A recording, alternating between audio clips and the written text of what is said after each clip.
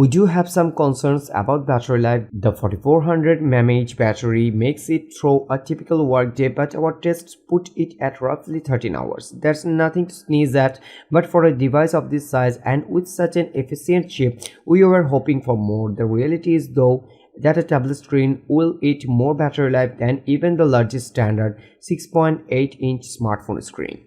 It's an expensive phone, especially if you go for more than the base 256 GB of storage, although if deals show up further down the line, it will become a more attractive proposition. But the Galaxy Z Fold 4 makes it clear that foldables are here to stay and that Samsung is heavily invested in the form factor.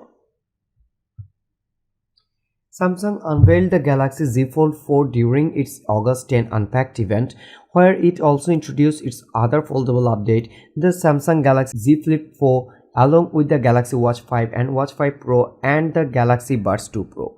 The Galaxy Z Fold 4 went up for pre-order immediately after the launch with a release date of August 26. There are three color options: Grey, Phantom Black and Beige. Our review unit is a moody grey, as you can probably tell from the pictures. The price is a second clue. Beyond that foldable design, that the Samsung Galaxy Z Fold 4 isn't like other Android handsets. The starting price of $1,799 puts it out of reach for most smartphone buyers. Even Apple's top-of-the-line iPhone 13 Pro Max starts at a more approachable $1,099, but that phone only has one screen and can't transform into a tablet. There are some extraordinary trade-in deals available, some of which cut the price of the handset by quite a bit. Our advice is don't dismiss the Galaxy Z Fold 4 out of the hand because of the price. First, figure out if it's the right phone for you, then weigh your deal options.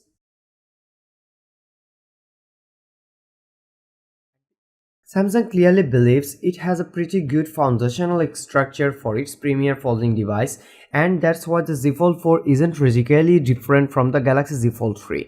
That said, there are actually lots of small build and design differences, some of which you can plainly see while others are hidden beneath the frame. Folded, the device is still 67.1mm wide, but the shape of the product has changed so that from certain angles the hinge is less noticeable. The handset is 155.1mm long, which is almost 3mm shorter than the Z Fold 3. This gives the device a more conventional phone shape rather than the odd-looking oblong shape of previous folds.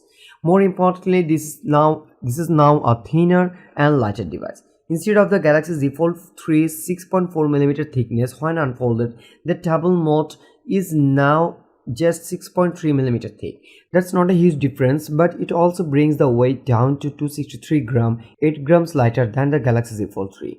The buttons or ports are standard fare for a smartphone, but the folding design does mean the placement isn't typical.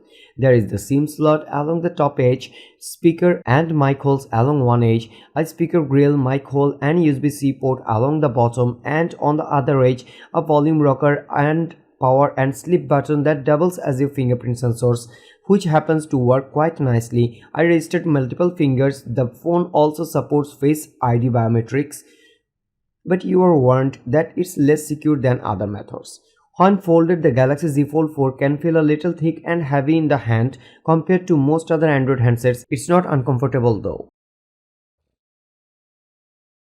Unfolded, this is a thin and light tablet. The main noticeable difference between it and, say, an iPad mini is that the bezel surrounding the screen has a tiny raised lip to keep the bendable screen covering in place and protected.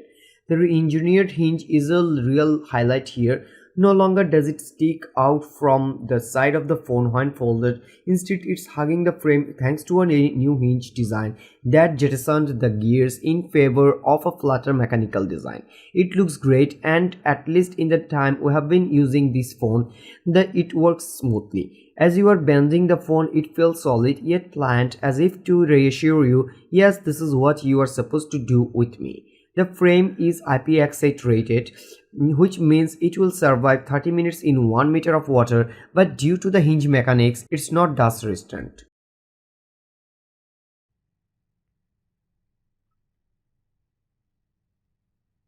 That's all for today. Thank you for watching. If you like the video, feel free to share it to friends and keep watching Best Buy to get your top-notch day-to-day commodities.